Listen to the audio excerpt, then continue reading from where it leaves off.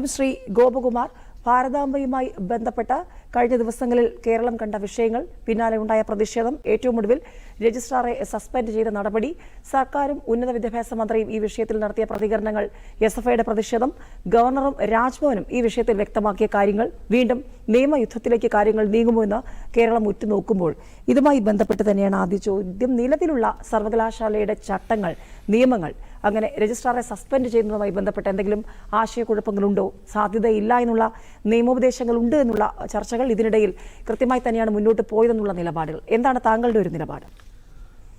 കേരള സർവകലാശാലയുടെ സ്റ്റാറ്റ്യൂട്ട് പ്രകാരം ചാൻസലറാണ് പരമാധികാരി. അതേപോലെ തന്നെ സിൻഡിക്കേറ്റിനും കേരള സർവകലാശാലയുടെ സ്റ്റാറ്റ്യൂട്ട് പ്രകാരം അധികാരമുണ്ട്. പക്ഷേ പല സന്ദർഭത്തിലും സിൻഡിക്കേറ്റിനെ മറികടക്കാനുള്ള അധികാരം ചാൻസലർക്ക് ഉണ്ട് എന്നുള്ളത് ആദ്യമേ സൂചിപ്പിക്കുന്നു. ഇവിടെ സൂചിപ്പിച്ച വിഷയത്തിൽ ഈ കഴിഞ്ഞ 25-ന് ജൂൺ മാസം 25-ന് അടിയന്തരാവസ്ഥയുടെ 50ാം വാർഷികാചരണത്തിൻ്റെ ഭാഗമായിട്ട് തിരുവനന്തപുരത്തെ ഒരു സാംസ്കാരിക സംഘടന ശ്രീ പത്മനാഭ സേവാ സമിതി അവർ അടിയന്തരാവസ്ഥയുടെ 50ാം വാർഷികാചരണത്തിൻ്റെ ഭാഗമായിട്ട് സെനറ്റ് ഹാളിൽ ഒരു പരിപാടി സംഘടിപ്പിക്കുന്നതുമായി ബന്ധപ്പെട്ട് യൂണിവേഴ്സിറ്റിക്ക് കത്തുകൊടുത്തു. യൂണിവേഴ്സിറ്റിയുടെ ദൈനംദിന കാര്യങ്ങൾ നോക്കാൻ നിയോഗിക്കപ്പെട്ട ഉദ്യോഗസ്ഥൻ എന്നുള്ള നിലയിൽ രജിസ്ട്രാർ ആ കത്ത് പരിശോധിച്ചു. വേണ്ടത്ര പരിഗണനയ്ക്ക് ശേഷം അവർക്ക് ചില ഉപാധികളോടുകൂടി ആ ഹാള് അനുവദിച്ചു.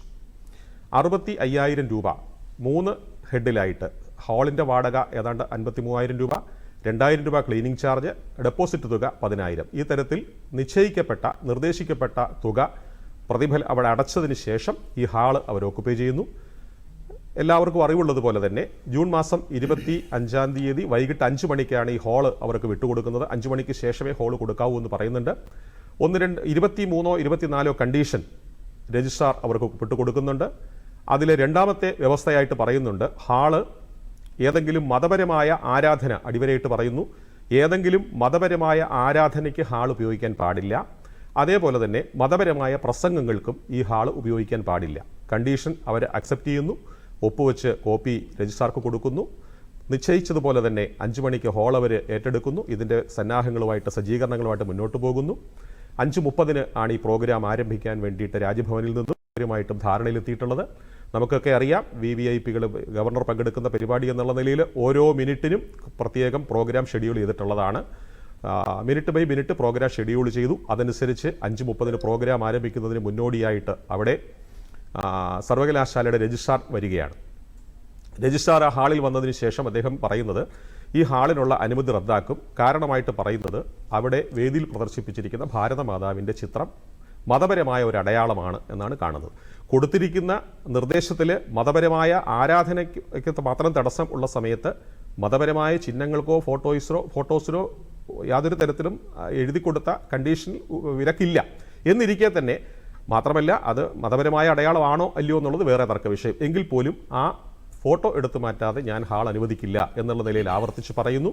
അദ്ദേഹം പത്രക്കാരോട് സംസാരിക്കുന്നു. നമുക്ക് എടുത്തു പറയേണ്ട ഒരു കാര്യം, ഗവർണർ പങ്കെടുക്കുന്ന പരിപാടിയുടെ മുന്നോടിയായിട്ടുള്ള എല്ലാ സുരക്ഷാ പരിശോധനയും കഴിഞ്ഞതിന് ശേഷം ആ വേദി പൂർണ്ണമായിട്ടും സുരക്ഷാ സേന ഏറ്റെടുത്തതിന് ശേഷമാണ് രജിസ്ട്രാർ മാധ്യമങ്ങളെയും അദ്ദേഹത്തിൻ്റെ ഒപ്പം വന്ന ആളുകളെയും കൂട്ടി ആ വേദിയിലേക്ക് വരുന്നത്. അവിടെ ചട്ടം ലംഘിച്ചുകൊണ്ട് അദ്ദേഹം മാധ്യമങ്ങളോട് സംസാരിക്കുന്നു. അതിനുശേഷം ഈ പരിപാടി നടക്കുമെന്നായപ്പോൾ അദ്ദേഹത്തിൻ്റെ ഇടപെടൽ മൂലം 5:30-ന് ആരംഭിക്കേണ്ട പരിപാടി 55 മിനിറ്റ് വൈകി. ഏതാണ്ട് 6:25-നാണ് ആ പരിപാടി ആരംഭിച്ച് ഏതാണ്ട് 10-15 മിനിറ്റ് കഴിയുന്ന സമയത്ത് ഗവർണർ വേദിയിൽ വന്നു. അവിടെ ദേശീയ ഗാനം ആലപിക്കുന്ന സമയത്ത് ഇദ്ദേഹം രാജ്ഭവനിലേക്ക് മെയിൽ അയക്കുകയാണ്. ഈ പരിപാടിക്കുള്ള ഹാളിന് നൽകിയിരിക്കുന്ന അനുമതി റദ്ദ് ചെയ്യുന്നു. സമാനമായിട്ട് പുറത്ത് ഈ സർവകലാശാലയുടെ പ്രധാന കവാടത്തിൽ CPMൻ്റെ സിൻഡിക്കേറ്റ് അംഗമായിട്ടുള്ള എൻ്റെ സഹപ്രവർത്തകൻ കൂടിയാണ് അദ്ദേഹം, ഡോക്ടർ ഷിജു ഖാൻ്റെ നേതൃത്വത്തിൽ അവിടെ അദ്ദേഹം മാധ്യമങ്ങളോട് വെല്ലുവിളിക്കുകയാണ്. ഈ സർവകലാശാലയുടെ കവാടത്തിൽ ഒരടി മുന്നോട്ട് പോകുവാൻ ചാൻസലറെ ഞങ്ങൾ അനുവദിക്കില്ല, ഗവർണറെ അനുവദിക്കില്ല. ഈ തരത്തിൽ അദ്ദേഹം ഭീഷണി മുഴക്കുന്നു, വെല്ലുവിളിക്കുന്നു. അകത്ത് ഈ തരത്തിൽ രജിസ്ട്രാറും ഇടപെടുന്നു. ഇതൊരു ആസൂത്രിതമായിട്ട് CPMൻ്റെ ആസൂത്രിതമായിട്ട് അല്ലെങ്കിൽ മാർക്സിസ്റ്റ് പാർട്ടിയുടെ ആസൂത്രിതമായ നടപടിയുടെ ഭാഗമായിട്ടാണ് എന്ന് ഞങ്ങൾ സംശയിച്ചു. പരിപാടി കുറച്ച് വൈകിയാണെങ്കിലും നിശ്ചയിച്ചതുപോലെ നടക്കുന്നു. ഞങ്ങൾ രജിസ്ട്രാർക്കും ബഹുമാനപ്പെട്ട വൈസ് ചാൻസലർക്കും അതുപോലെ രജിസ്ട്രാർക്കല്ല ഈ രജിസ്ട്രാറുടെ ഇടപെടൽ സംബന്ധിച്ച് അന്വേഷിക്കണമെന്ന് ആവശ്യപ്പെട്ടുകൊണ്ട് ബഹുമാനപ്പെട്ട വൈസ് ചാൻസലർക്കും അതുപോലെ തന്നെ ചാൻസലർക്കും പരാതി കൊടുക്കുന്നു. അതിനുശേഷം ഏതാണ്ട് ഒരാഴ്ച വൈകി കഴിഞ്ഞ ദിവസമാണ് ചാൻസലർ ഇത് സംബന്ധിച്ചുള്ള നടപടി കൈക്കൊണ്ടിട്ട് ചാൻസലറുടെ നിർദ്ദേശാനുസരണം ബഹുമാനപ്പെട്ട വൈസ് ചാൻസലർ രജിസ്ട്രാർക്കെതിരെ നടപടി സ്വീകരിച്ചിട്ടുള്ളത്. ഗവർണർ കേരളത്തിൻ്റെ പരമാധികാരിയായിട്ടുള്ള ഭരണത്തലവൻ എന്ന് വിശേഷിപ്പിക്കാവുന്ന ചാൻസലർ ചാൻസലർ യൂണിവേഴ്സിറ്റിക്ക് അകത്ത് മാത്രമാണ്.